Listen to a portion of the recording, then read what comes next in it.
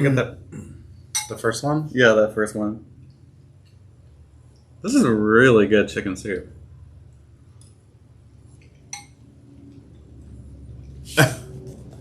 I feel like that's a really interesting way to like. Is that a compliment? Are those compliments? Yeah, I would take that as a compliment. You do not even look 30 and you look tall in the photo. That's the first time I've ever been told I look tall in my life. Yeah, two things. Like, I mean, yeah. I don't even know what I did to make myself look tall. You look, yeah. I did, I mean. Yeah, but also, you're definitely not tall. No! Oh my gosh. Like, I have a stool to get the stuff out of the top of the cupboard stuff. Is that Facebook? No, that was Scrub. That was on Scrub. Okay. I guess that makes sense. Yeah. Oh my goodness. People. Do you really like this soup? No, I do. I do. It's such a, is that a Midwest thing? Yeah. No, I do. No, I don't. Wait. No, stop. Wait. Yeah. Totally. No, it's really good. And you just make it in a crock pot. I love it. So literally, this is the first time that I've ever made chicken noodle soup in my life, and I made it in a crock pot. And so I am going out of town later today for a while, and I had a bunch of chicken, and I don't know, for some reason, like, I pulled it out and thawed it the other day thinking I was going to make something else, and I didn't, and I was like, fuck, what do I do? What's really quick and easy? And literally, it's like 3 or 4 ingredients, and you throw it in a crock pot, and you let it cook, and then when it's all cooked up within like 4 to 6 hours, or however long you have it, then you just throw some noodles in it, and it cooks 20 minutes up, and you're done. And it's so delicious. Wow. And I shouldn't be eating this right now because I'm supposed to be meeting my friend for lunch in like an hour. She does it. She's not even watching. Is she watching? No, probably not. So she's not going to know that I'm eating before I eat. I'm going to have first lunch with you, and then I'll have second lunch with her. I love second lunch.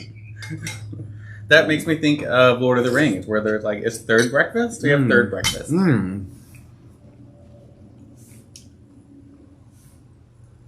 do I don't know. I'm always confused by this. Oh, there we go. This is so good. Oh, Ace, we're live. And I'm posting we're live and waiting for people to chime in with questions. Well, in the meantime, now, let's talk about our guests that we've had on for the past month or so for KC Black History Month. Yeah.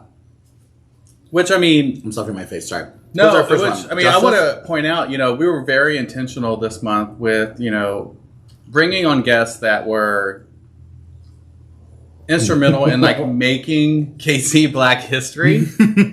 Because that's important. Like, history, one, recognizing that what's happened and what's taken place, over time that leads to the moment that you're in. Totally. But also... you can be in the moment and be making history, and I think it's important to recognize those individuals, especially when there's a month focused around their demographic and saying, hey, you are doing work in your community right now. Let's talk about that work and how you're making history. Yeah. I love that we did that this month, but I love that we don't wait for 1 month to celebrate. It's not something that we... our black folks assistants. Yeah, so like we're done, it's the end of the month, we don't have to do this anymore. That's not it. It's the work still continues, and there's like for March we're doing queer entrepreneurs. So we have some some black LGBTQ plus affirming or identifying individuals who are business owners, who are upstarts, and who are coming on and talking about the work that they're doing in their community and starting a business and being a minority and what that's like. So yeah, it still continues. Like, we don't stop just because it's February. I know. I feel... I'm going to miss part of that. Don't even say it. People don't even know that yet. Oh. Are we not telling that yet? No, that's your call. Oh. Yeah, I'm going to be gone. I leave today. I'll be gone for the next few weeks. And I think Wes is going to have a couple of guest hosts. Yeah, I'm going to have some special guests. Yeah, special guests. Yeah, I'm on a little bit of a journey right now. Last week, I took a little bit of leave of absence from Woody's KC, who I love, who is great. And if you get an opportunity, they're open till 3 a.m. now. So please go there and support all the local bartenders and hang out with your friends. They're still doing social distancing. They're still requiring masks. They're incredible. I love everybody. But yeah, so I've been trying to take a little moment for some mental health. I don't know. Last year was a really big year for a lot of people, and myself especially. Yeah. So. I think that, one, I think it's good that you're doing that for yourself. But two, I think it's also like really brave that you're sharing that with everybody too, that, you know, showing how important it is to take care of yourself. And if you have the time and the space and the availability to do that, dive fully into it. Yeah, I feel very privileged and lucky that I have an opportunity that I can do it financially, and I can take the time off from my job, and it will still be there when I decide to go back. But also, as you can tell right now too, I don't have an iPad and I don't have a phone. Last Monday, I disconnected I disconnected all my social media, and I I take out my phone 3 times a day. Breakfast, lunch, and dinner, and I only give myself 40 minutes a day to look at my phone, whether it's checking emails, responding to text messages, making phone calls, things like that, because it's really important. I have been going to therapy. The past few months, I've started a new therapy regime with another therapist. I forget the website that I used or whatever, but I've been doing it. I started last week, but it's all either on a Zoom call, it's on a phone call, or it's text. And since I will be mobile for the next few weeks, trying to figure out some things in my life, it's a great opportunity for me to do that. Also, because I couldn't tag you. Yeah, because on my social media is so it's like I'm not in rehab. I didn't die. I didn't go off the rails. I'm just taking some time for myself right now to, grieve, process, center. We'll do whatever it is. Work on my sobriety, work on developing myself as a human, and figuring out healthy ways to cope with a lot of things that have been thrown at me this year. One of those big things is BestSelf that I feel like Wes really promotes, but a few weeks ago, maybe a couple months ago, Wes gave me a BestSelf journal. Yeah, that was December-ish, I feel like. Yes. Yeah. It is a 13-week journal. It's really focused. It's really dynamic. There's tutorials on how to navigate the whole entire thing. And this is not a plug for I'm not getting paid for this, but I've been using this for the past few weeks. So I should have brought my journal over here. But if you get an opportunity, BestSelf is a really good journal that can help you focus on a lot of things and really tie some things down and give you some good affirmations and make sure that you're practicing meditation, gratitude, and just really focusing on the things that you want to accomplish short term and not always long term. Yeah, I really like BestSelf. I've been a fan for a few years. Yeah. It's incredible. It's great. And so this past week I really feel like I've caught up on a lot of sleep, and I've been trying to cook, which I just cooked this chicken noodle soup last night, and today it's pretty decent, right? Oh my gosh, I'm just sitting here while you were talking. I was just ruminating over it. I was this is good. Yeah. Job well done. Thank you. I need to hear more of that in my life. Job well done. Yeah. It's bistro quality. Yeah. Oh, thank you. Yeah. I should open a little. Here we are. This is it. Just only 2 people can come. There you go. Your bill's $500 because I got to keep this place going. I repotted some plants. I bought some new planters. They're huge, but I love them and I'm excited. Yeah. A lot of things are happening. So let's talk about. Who was our? Are we want to start with the first one? Yeah. So our first guest was Justice Horn. Yes. And Justice has been involved in varying levels in the community. He's a younger individual, so you would not know that, which he doesn't like us. I won't say his age because he doesn't want people to know that. No. But his work in the community, I think, while there are always individuals who push back on moving into spaces that they don't feel like an individual is welcomed or can be tokenized.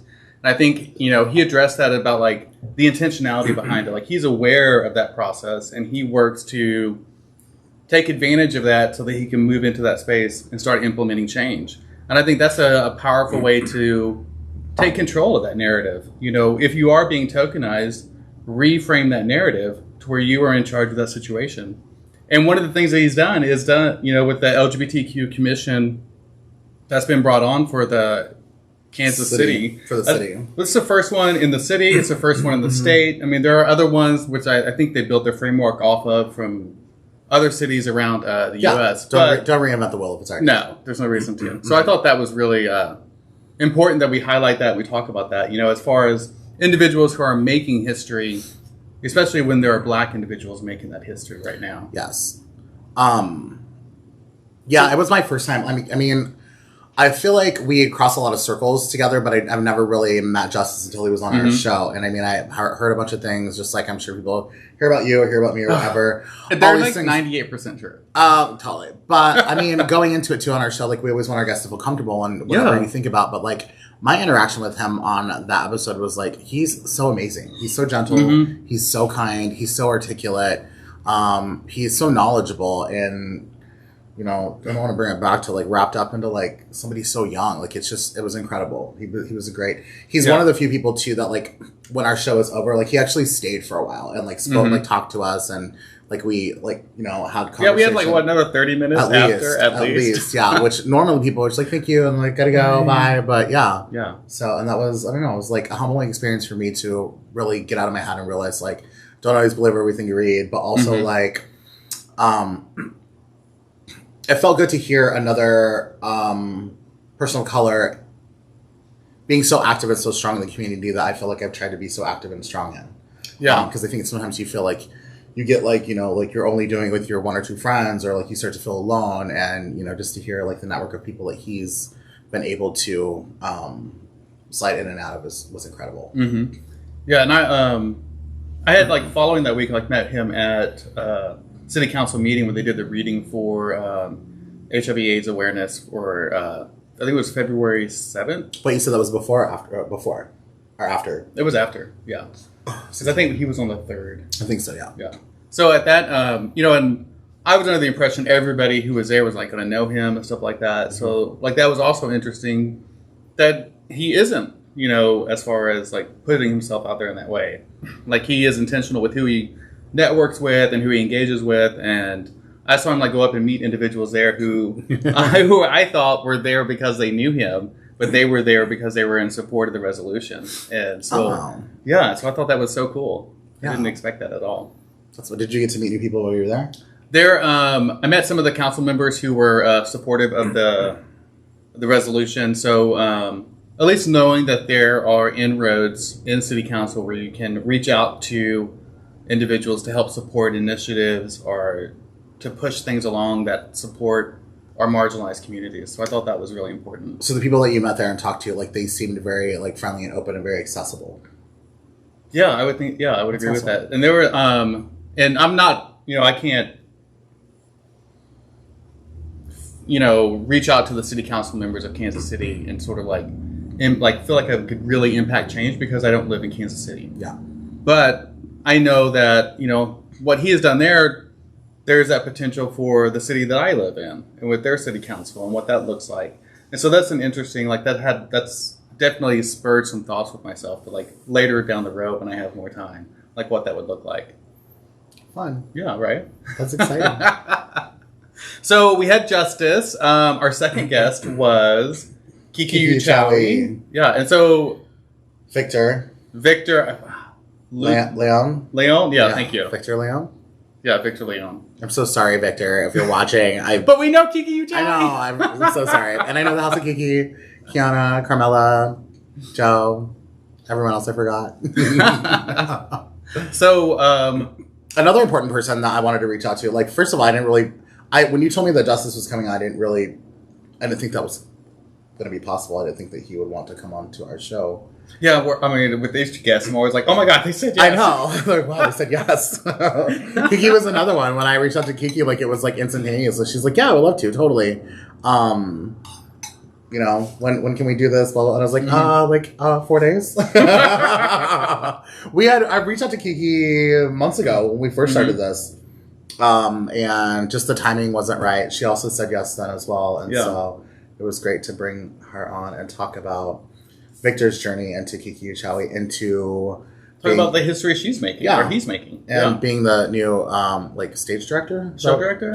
Yeah. For Missy B's. Both? I'll say both. Both. All of the things. Yeah. She's doing all the things. He's doing all the things. I mean, it was, it's been primarily, white ran. Mm-hmm. And so that is a big shift for a bar that wasn't considered as inclusive or a safe space for people of color. So to see that change in management, you would hope would have like a trickle or ripple down effect across the board, especially with like bringing in entertainment and other staff, and with guests feeling comfortable or clients feeling comfortable to participate.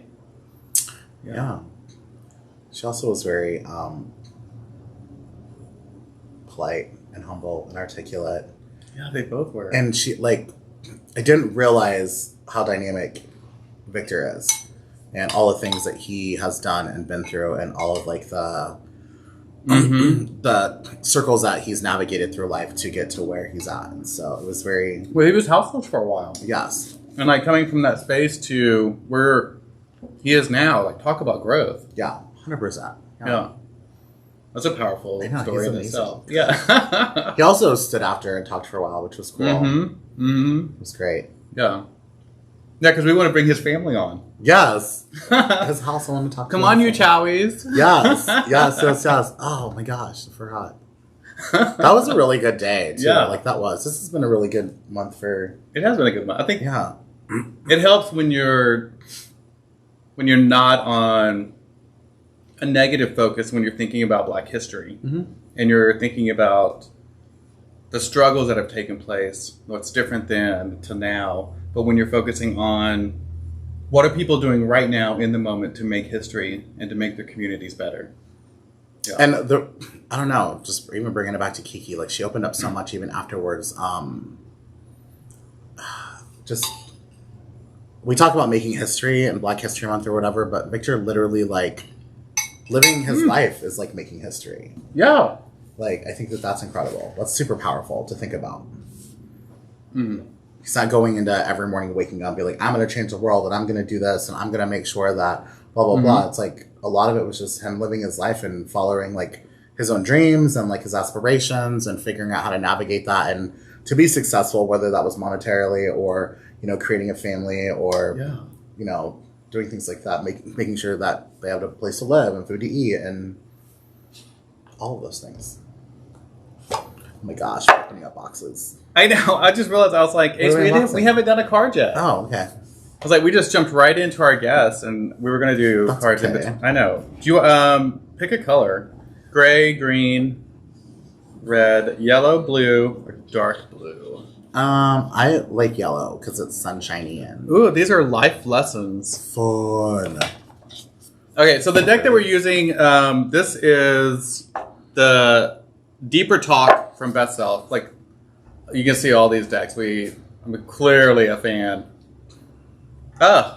This is nice. Okay, what is it? What choice had the greatest impact on your life? What choice? Uh-huh.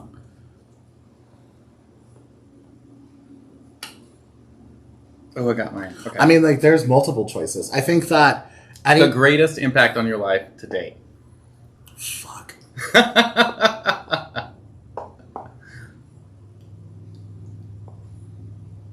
You go first. Okay. I was like, I got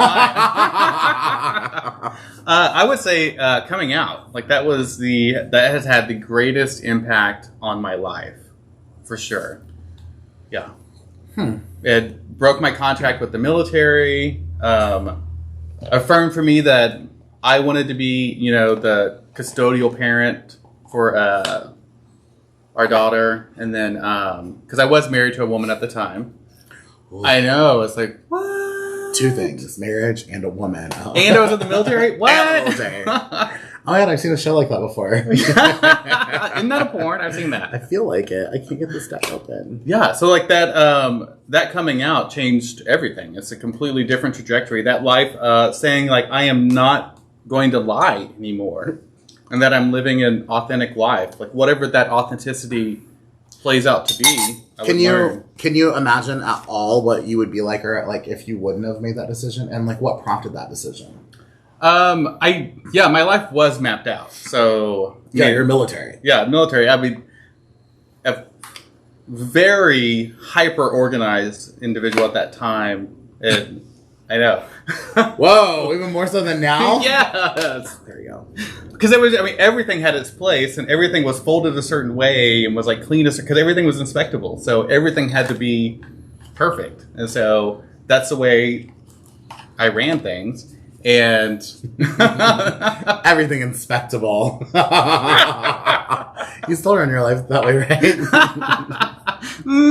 It's hit or miss nowadays. That comes with some freedom there, so that's for sure. Mm-hmm. But yeah, I had mapped out like where I was going to go, cadet command. I was going to be an officer. What my focus was going to be, where I wanted to go after that, all that stuff. What rank I wanted before I retired, like all that was like planned out on like a big map of what I wanted. But my ex-wife left me, and so I went. Oh, so it's kind of like her decision that like catapulted this whole. Yeah, we separated for I think like 3 or 4 months, and so she went to live with someone else, and I decided during that time through like a breakdown, and so if you ever had a breakdown, you can overcome, you can rise above after. Yeah, so I'm going through that right now. Mm-hmm. So when I had that, like my realization from that was, I'm not going to lie anymore. I've been lying my whole life, and it's led to this moment. If I do the opposite, life will be different. So that's what I did. I came out to my commander and broke my contract with the military because it was during Don't Ask, Don't Tell. And if you tell, you're out. So I told. I switched my degree focus. What did they say? Oh my God, crazy, right? Like my commander was also gay and had a partner. Yeah, I had no idea. No clue. Girl. Right? Like, what are the chances? Yeah, so he was very, very helpful and helped me get, like, an honorable discharge, a family hardship out, so it wasn't based on Don't Ask, Don't Tell. So, yeah, I was very grateful for that. And just stars aligned in that moment. Did you guys ever hook up? No! Check up with his partner? No. I didn't even know who his partner was. I have no idea. You didn't have Grindr? Oh. Oh, this is You didn't have Manhunt? I had just got my first cell phone. It was a not a smartphone, a cell phone. What was it? Cell phone? It was no. Nokia? It was a Sprint Nokia thing. It was silver thin. It was probably like this thick. Like it was a really thin thing. Yeah. The sliver? Sliver, yeah. Yes. Good phone. It was a good phone. Oh, I really liked it. I have that phone. Yeah, I liked it too. That's wild. You guys see why we like these cards? They're so much fun. That is so much fun. Yeah. Ace, what choice had the greatest impact on your life?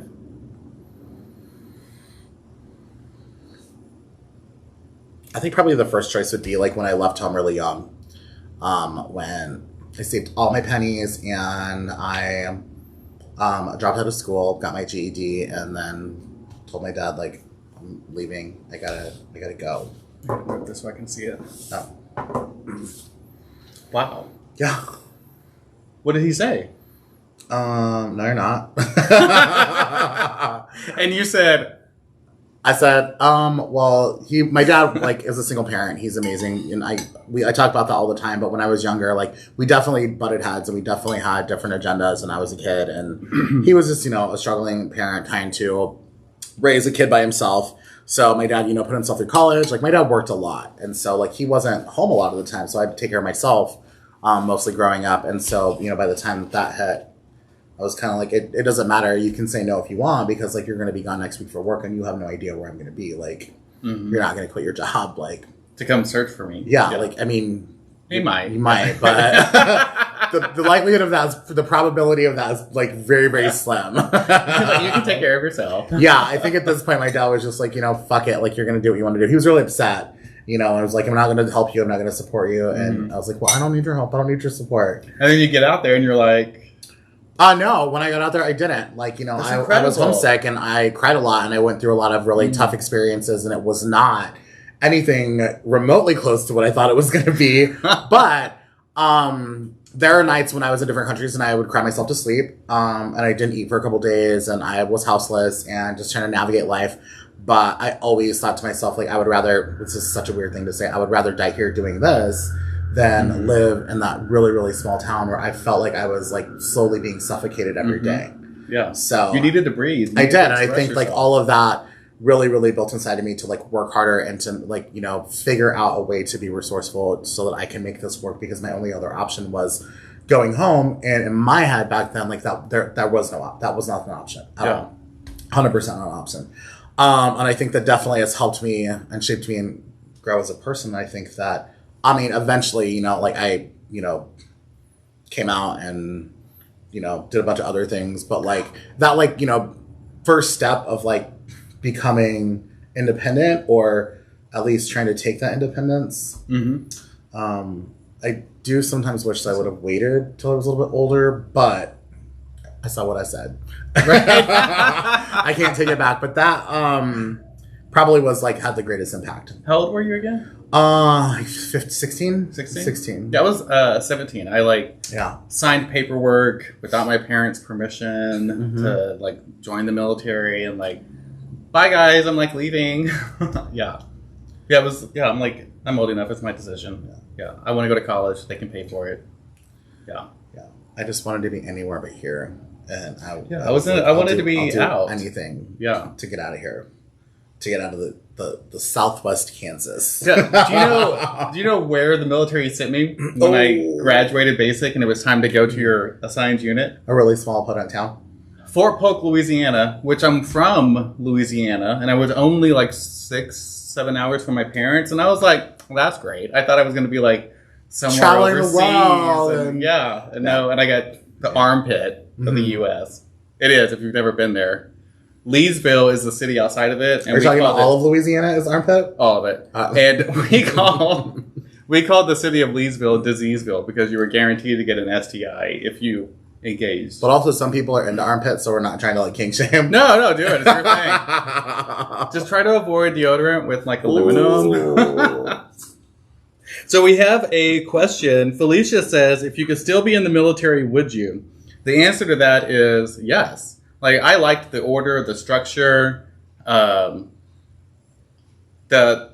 mean, it's just a job. You go to, you do your 9 to 5, and live your life after. So I enjoyed, that structure and that order that came with the military. What branch would you be in? I would still be in the Army. I really loved what I did. Yeah, for sure.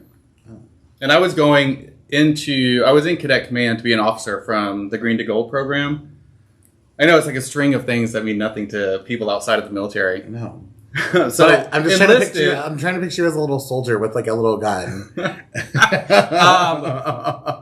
Well, we didn't have 9mm. Like we had M16s. More words that I don't know what you're talking about. But also, so we had like an assault rifle. So instead of just like a little. That's like what you just like buy to off the street. Yeah, you could go to a gun show and buy one. Yeah, without any background checks because we don't have laws in place for that. So.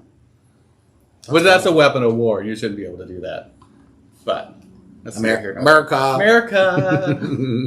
So I would totally still be in the military because my focus was going to be psychological operations. So it would be more figuring out ways to engage the enemy or to sway the populace to be against the people that you're fighting and stuff along those lines. So I really enjoyed the direction that was going, but all that changed when I left the military. So. If I was still in there, I would still definitely be doing that work. Yeah, I would be close to retirement now. Oh yeah, because you're so not 30. No. This question's for you. Oh God. Oh wait, it's asking me if I think you would be successful in the military. You can answer that honestly. I think. If you could make it through basic, yeah. Is that for me or is that in general? In general, yeah. Oh, anyone can. If you can make it through basic, you can. Because I saw people who, there are individuals who I thought would not have an issue going through basic who definitely were not able to finish. Yeah. Why? Depending on the type of what your MOS or the job skill that you pick, you have your basic training lasts longer depending on what it is. So I was in a combat arms. We were you get dropped behind enemy lines and you find the enemy and then you let people know where they are. Like the Navy or Air Force, they drop bombs. So it was really fun in that sense. Like the stealthing around or whatever. But But your basic is a lot longer than that. Like I think we had 12, 14 weeks of basic or something like that. So it's supposed to like your AIT, which is like if you're a nurse, you go through basic for I think it's 8 weeks where you learn combat arms, and then you go to a hospital and start working. So your basic's a little bit. Well, for us, I mean, it was just a continuous, constant like combat arms training, and then getting into your job and stuff like that. So but it was still basic. We were still in basic training until we. Some fun. Oh yeah, I mean, shower times were like.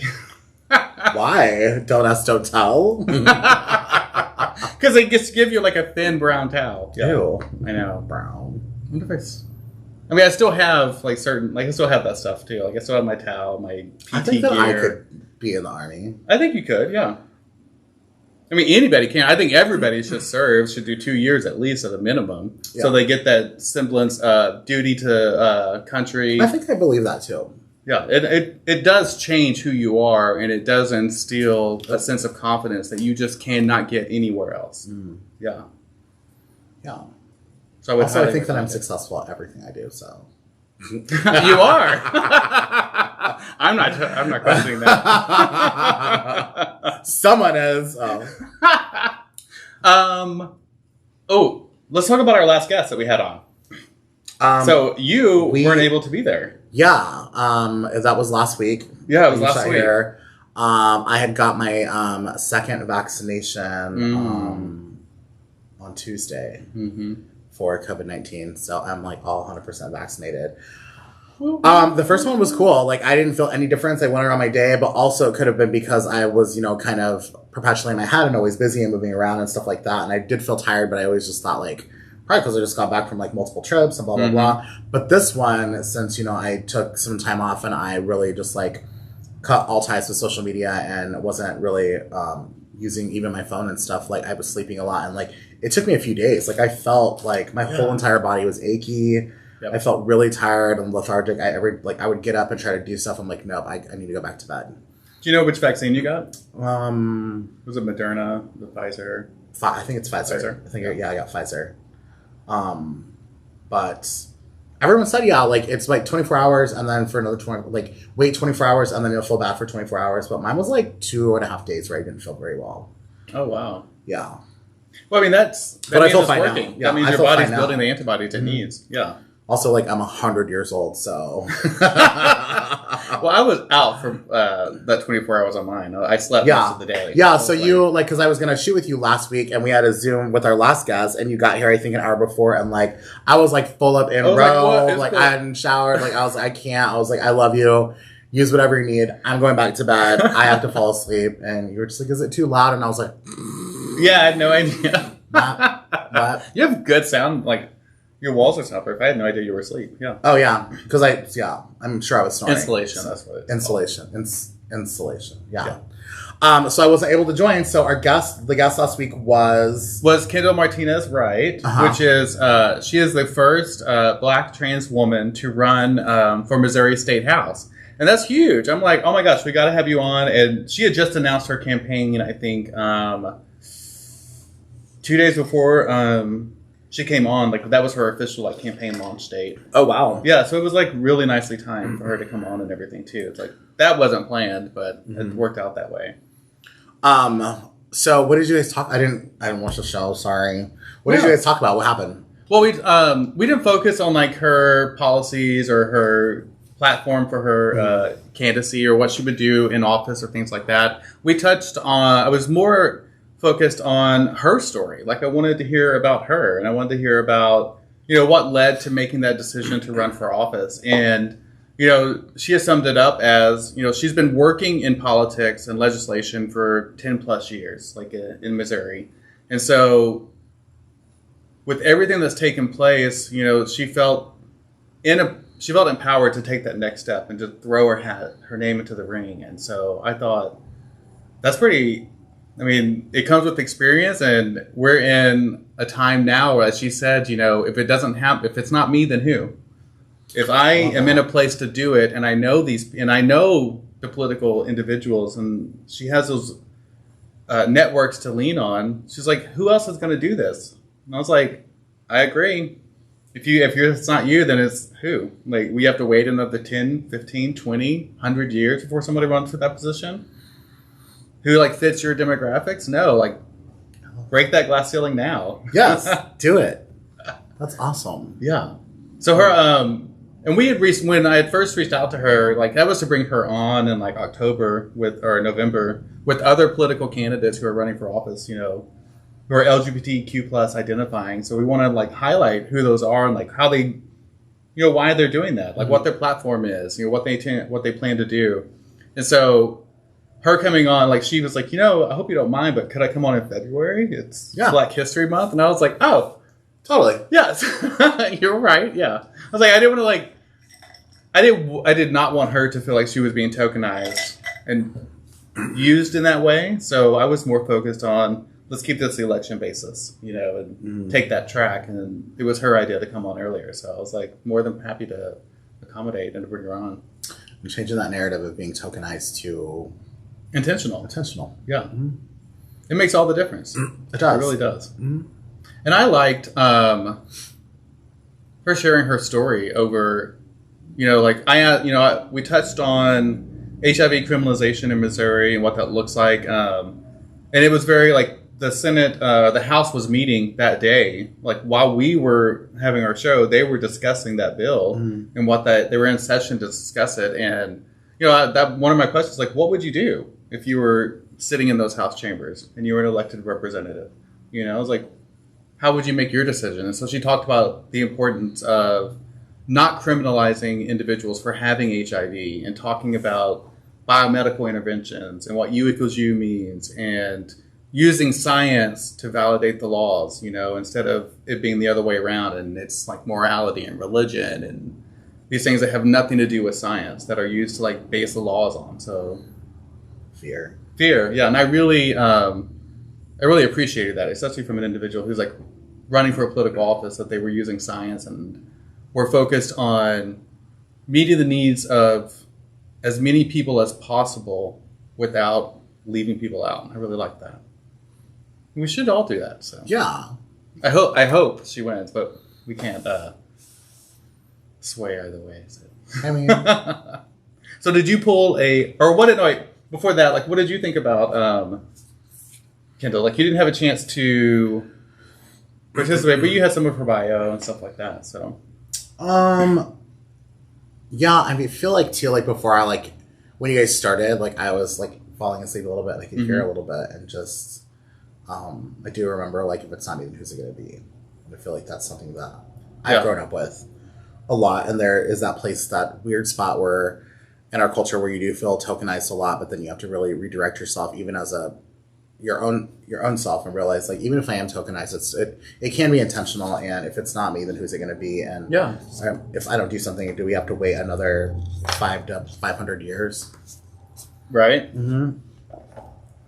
And obviously, you know, she has a passion, she has education, she's informed. Yeah, I think those are the most. I mean, that's what you would want. I mean, that's what I want in my elected officials. Yeah, I mean, that's pretty much what I want too. It's just somebody that's passionate, somebody that's informed, and somebody that has, I mean, at least most of my best interests. You're never going to be able to please 100% of the people 100% of the time.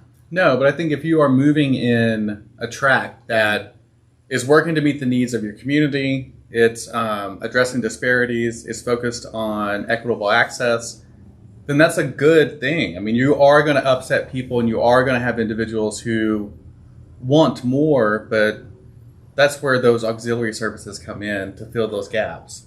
You know, the government can't do everything, but they can do the majority. Yes. And so, I mean, thinking of politics, like, I don't know about you, but I've been calling Josh Hawley every day since January 6th and leaving voicemails at his office, which I've never, ever spoken to anybody in that office or him. But it's my first time ever doing that, like actually reaching out on a consistent basis. And now when I call, I'm like leaving updates, like just like, I've been leaving voicemails. Hey girl, it's me again. Hey, just touching base. Exactly. I just want to let you know, I think you're, yeah. No, it is, yeah. And that, and like, I've switched to like, I'm sure, I don't even know if he hears them, but I was like, I'm sure you're like, maybe you have interns or. They just sit there and laugh and they're like, or his oh, I hope wife. I don't know today. if he's working for him or not. I don't know how it works. Hope calls today. Love his messages. He's great. Yeah, so I started talking to them instead of, I was like, I know, it probably sucks who you're working for and blah, blah, blah. And then just like, hey, so this is what I'm doing. This is what I think he should do. Yeah. And then it's like, you're an idiot for working for him, so F you too. And also, will you let him know? Oh my God, thanks, guys. It's like your whole journey and roller coaster of emotions, like how you feel that day and like what you're talking to him about. Oh, yeah, for sure. Yeah. Yeah, for sure. I love it. Mm-hmm. That's incredible. Yeah. Oh my gosh. Yeah. It's just, you do what you can within your capacity. And if I'm driving and I got 20 minutes, I can leave a voicemail. I got time to bully someone.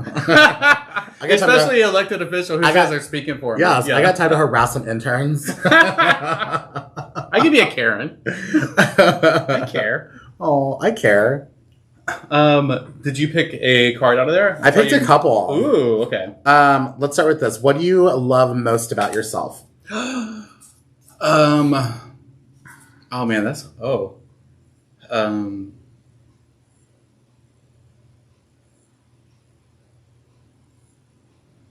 I would say my freedom to go with the moment. Oh my gosh. That's like what I love about you too. I love that you're able to just like let things roll off your back. Go, whatever, it's fine. Yeah, I mean, if it's happened, it's happened. What am I going to do next? Mm-hmm. Yeah, and try not to let the emotions control.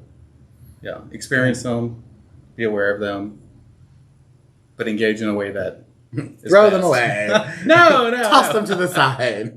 They don't own me. I'm the one in charge. What's something you learned about yourself in the last 3 months? Ooh. Oh, I can write cursive. I learned that the other day, actually, about me. Did you? I'm writing, I'm like, oh my gosh, I can write cursive. I write cursive print, so That's I like weird. mix the two. Like, Oh. Yeah.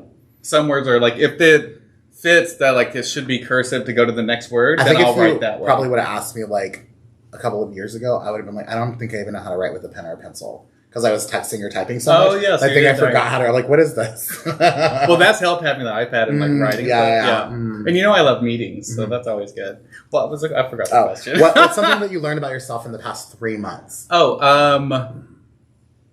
I would say that I have taken that intentionality and focused that on different parts of my life too. So I've been very intentional with my workouts. I've been intentional with. What do you think prompted that? Like, what was there like some conference or meeting or book or something that, or just like something shifted in your brain and your spiritual like? I think psyche that you're like, oh. Something shifted, yeah. Because we talk a lot about being intentional. Mercury was in retrograde, right? I'm a Virgo, the Virgo rising, and a Virgo setting, and it's like 99% Virgo. So Virgo. I love that. That's a new brand. I love it. Yeah. So, and there's something shifted, and you're like, I need to be more intentional with everything. Yeah, I was keeping track of my workouts and been like, why am I seeing no change? Like, why, we've had all year, been working out from home, have a great setup. There's no reason why I shouldn't have an impact. Like, what is going on? And so I started, like, keeping track of, like, the days that I'm working out.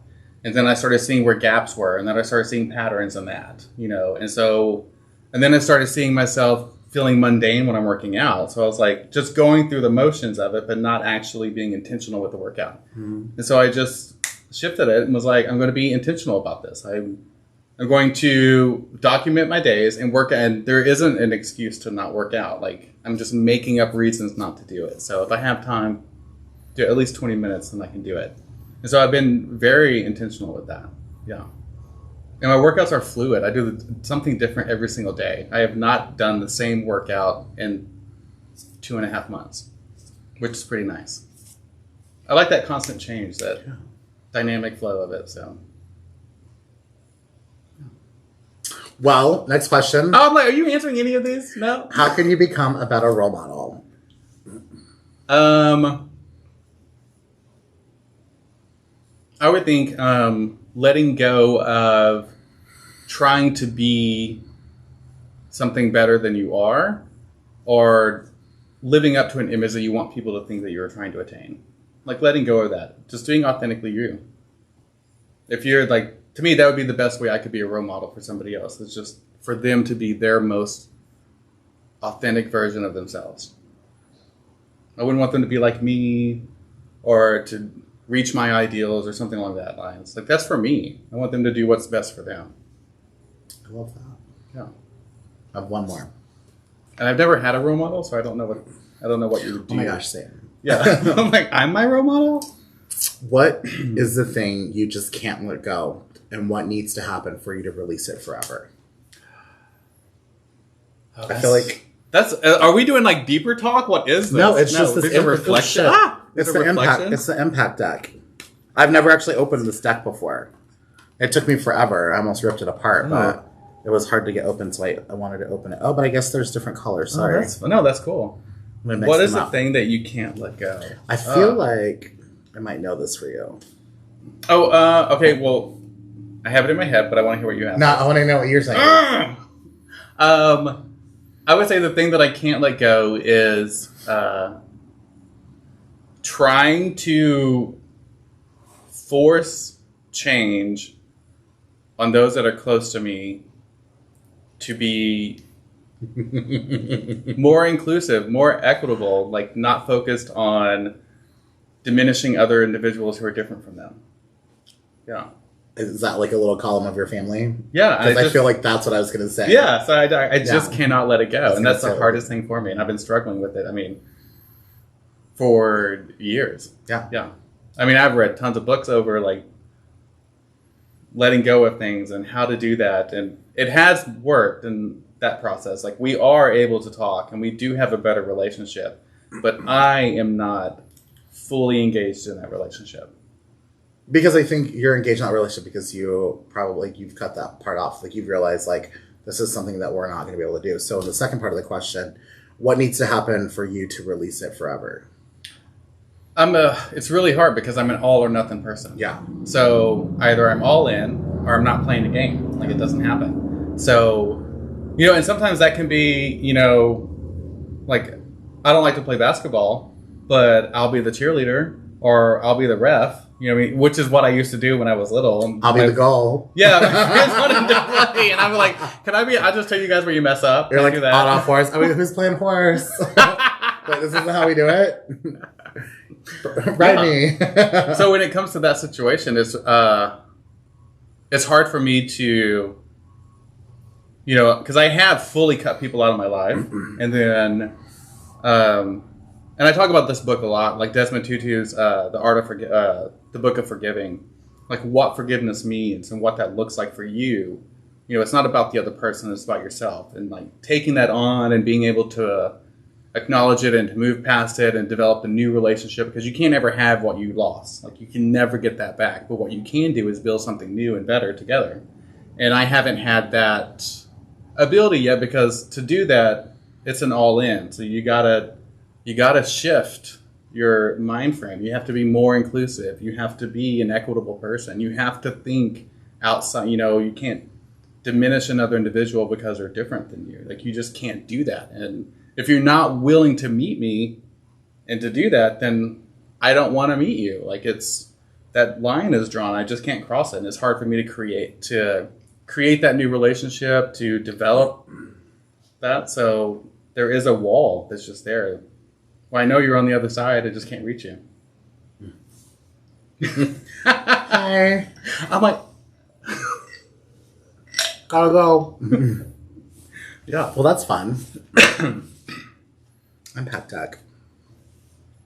Did you pick any of these cards for yourself, or no? I just got them all for you. I mean, you can ask me them if you want, or you can pick new ones from whatever you want. Oh yeah, I have not done the impact deck at all. Here, do you want to do this? Do the colors mean something? Yeah, they'll say right here. So the green ones are action, and look at the blue ones. Nice. I think like the blue is affirmations. Yeah, and these are reflections. Yeah, I felt like I was reflecting on some things that I've done. I love all those words. Let's do an affirmation. Okay. Oh, okay. So I think you're just supposed to say this. It's, I give myself space to grow and learn.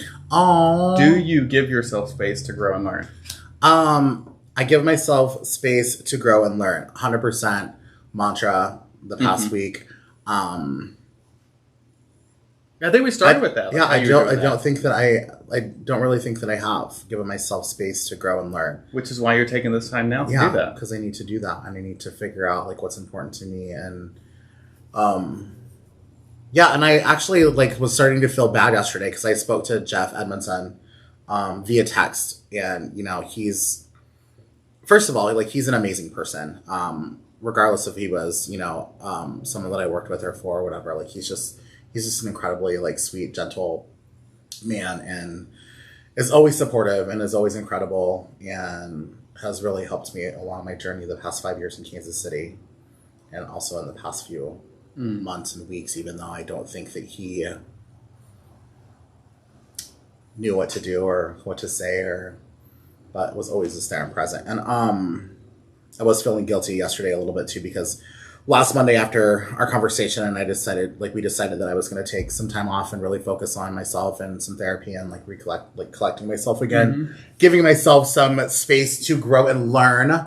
I like how the car was randomly picked. Yeah, like I had a therapy session, and I was just trying to focus on my sobriety, focus on myself, and a lot of that included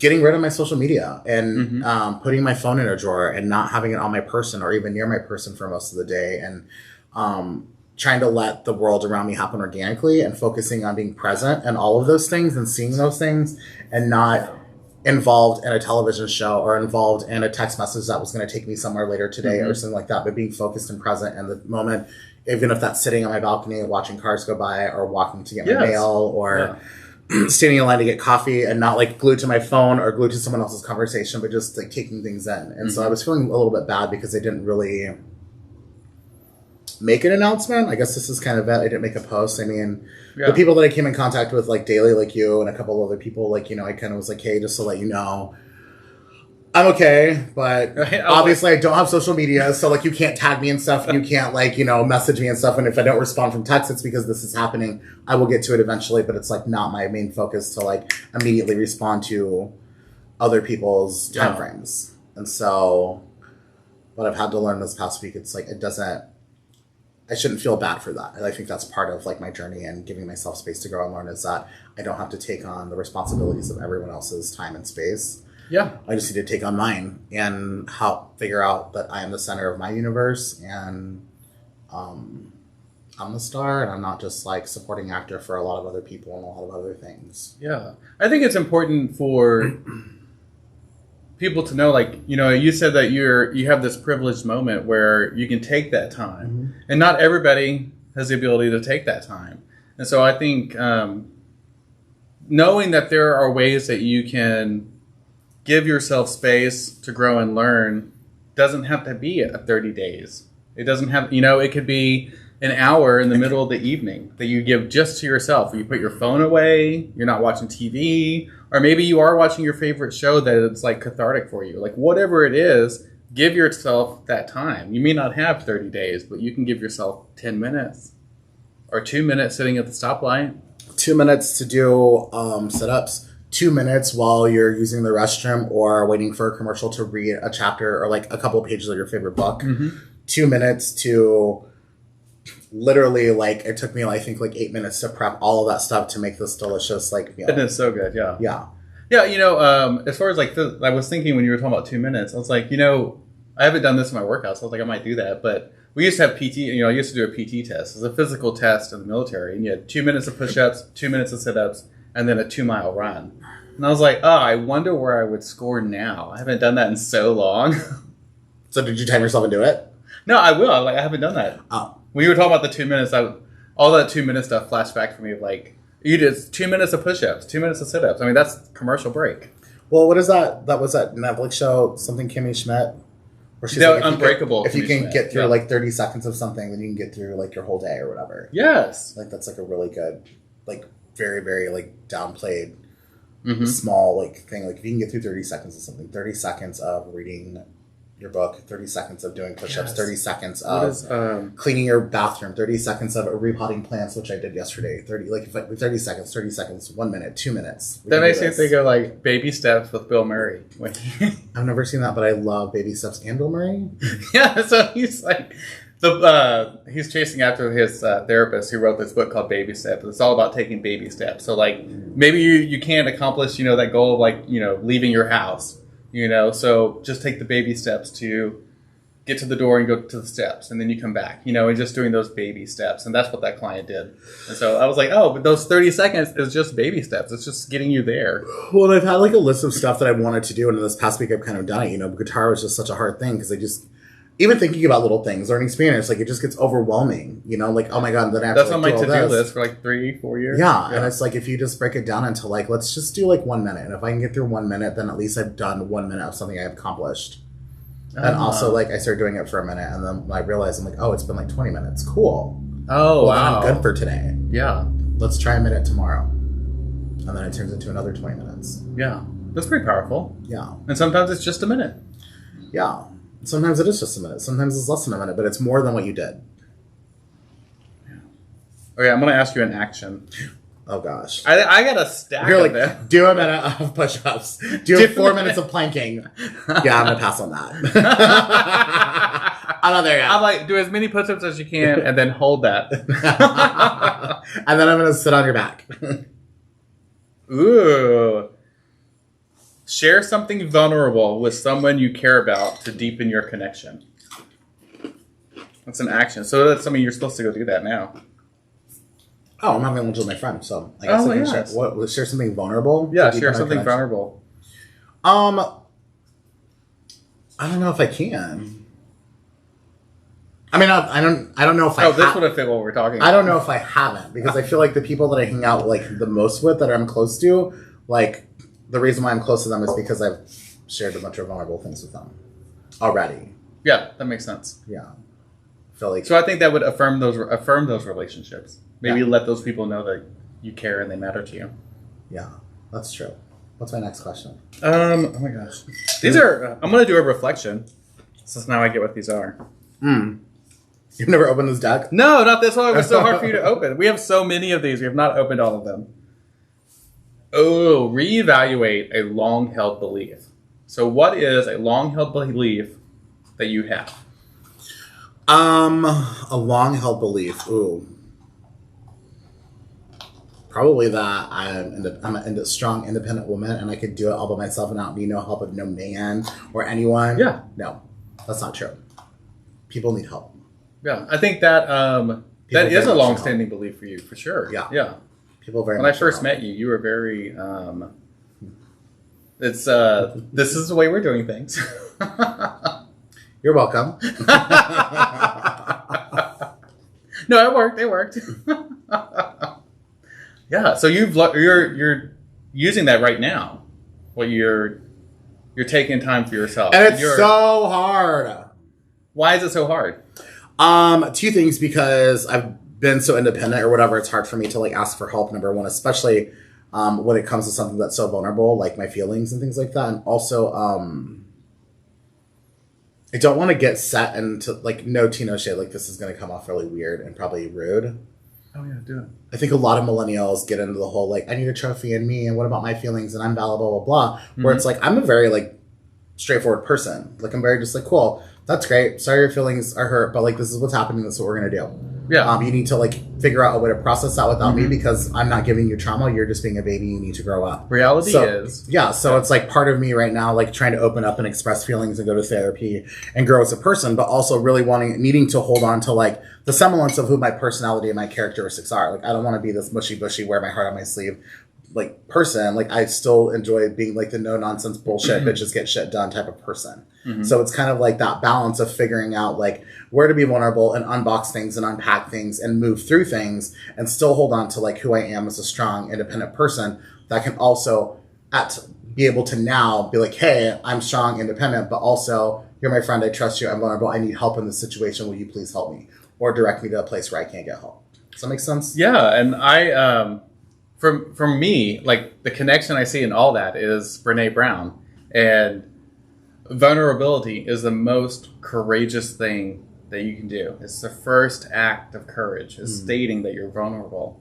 And there is so much strength and power in that. Like the individuality that comes with acknowledging what you're vulnerable and announcing that to others so that you can seek that help, whether you get it or not, empowers you. Like that strengthens who you are and identifies your core. So you're stronger than you know. Yeah. Yeah. I need to work on my communication too. It's a huge thing I need to work on. With yourself? And people around me. And realizing that, number one, not everybody is me and they shouldn't be, and I don't want to surround myself with me's. And also that speak for yourself. Well, maybe people where they're at as well, and not holding everybody to like a super tall or high expectation of like what I think is important or what I think is valuable, because everybody has, you know, some semblance of value and input that is very productive, and you need to figure out how to communicate those things in a healthy way, in a non-combative way, I can still be direct and stern, but not come off as talking down to somebody, rude or aggressive. And those are things that I'm really trying to work on. Like that. And, you know, you have to remember that you're a unique individual, and there is nobody else like you in the world. So, thank God. I wish there were more of me, but I wish there were more of you too. I love you. You're so great. No, I would just hang out with more of me. Like, I don't feel like other youths would hang out with you. They'd be like, I mean, they would be busy. I get it. Oh my goodness. Because that's so busy. I get it. They'd schedule meetings and you would all love it. Oh, that we would. Yeah, we would do that. Yeah, for sure. I think. So we've talked about all of our guests. Yeah. We've done some cards. We've answered some questions. We're on that time where we're wrapping up for the hour. So I think letting everybody know that March is Queer Entrepreneur Month for us. So we're going to be bringing on individuals who have started their own business, who are working to start their own business, who are working a full-time job, and their side gig is their business that they started. So it'll be interesting to see like who these people are in the community who's going to be coming on to share their stories. And I'm going to have special guests who are also going to be in that field as well. So it'll be a nice dynamic range of people. Oh, you mean like special co-host guests? Yeah. Oh my gosh. Yeah, co-host, not just guests. Co-host. Yeah, because I won't be here. I know. But that's great because you're working on yourself. Yeah. I love that. Hopefully it works out. Yeah. Ooh. Yeah, no, you may find some clarity that you never knew you needed. That would be awesome. I would be very open to that. Yeah. Yeah. Hopefully I don't die in like a weird avalanche or get stuck in like, you know, a cave in the Grand Canyon or so where like he had to like drowned in an ocean. Chew his arm off or cut it off or something? I don't know what's his name. That guy that I don't. That's weird. James Franco? Yes. Yes. Yeah. I don't know. It's like there was like a number or something, like 28 or 51 I don't remember. or I don't know. 72. Who knows? Yeah, I remember James Franco though. Okay. You're right. Be sure to order a free HIV at-home test kit. They are the first image on the Facebook page if you go to Unboxed. Also, you can get a Love Safer Sex kit so you can try out all these new fun things like organic lube, dental dams, internal, external condoms. So much fun. Did you know that they made those? You can order all that to try them out for free. All you have to do is just scroll down here. I think I just got some new sex toys from Mr. S. I'll have to wait to use those. Yes, and you can catch up with me. After in a few weeks, because I will not be on social media. I'm not documenting anything. I won't be camera and taking pictures.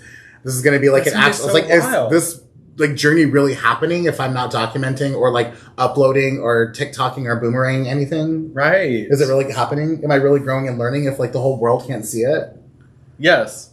Yeah. Because it's not about the world seeing it. That's about 100% why I don't need the world's input right now in my life. I feel like I've had too much of that.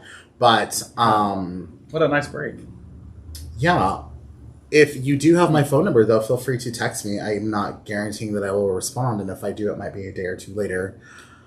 I think that touches on consent. It's when you're ready and when you say it's okay. Yes, and it's always good to hear words of affirmation, especially in this time right now. Even though I'm still smiling and happy, I feel like I'm still really going through a lot of emotional things right now that are difficult for me to walk through, but I'm going to. Yeah. For instance, you're walking through it. Yeah, I am. Also, make sure that everybody checks out Woody's KC Instagram post. We are open till 3 a.m. now. We're still doing social distancing, requiring masks. Check out some of the events. Follow them on social media, Instagram, Facebook, TikTok, all those things. I know we're not getting paid for it yet, but literally, like, bestself.co. Visit this website. I'm just going to send this video to them. I know. They really... I was, like, thinking about, like, sending my whole entire journal just, like, to them after 13 weeks and being like, watch my show. This is my fucking journey. It's, like, right here. Read it. Give us, like, some support. Do something. Yeah, at least give us new products. Products, or like stuff that we can even give away to people. Like that would be great. I would love to give away some of this stuff to people because I think that this is incredible. Yeah, these things make a big difference. You know, especially if you're doing a deeper talk with yourself. You know, you just want to. Yeah, I like that.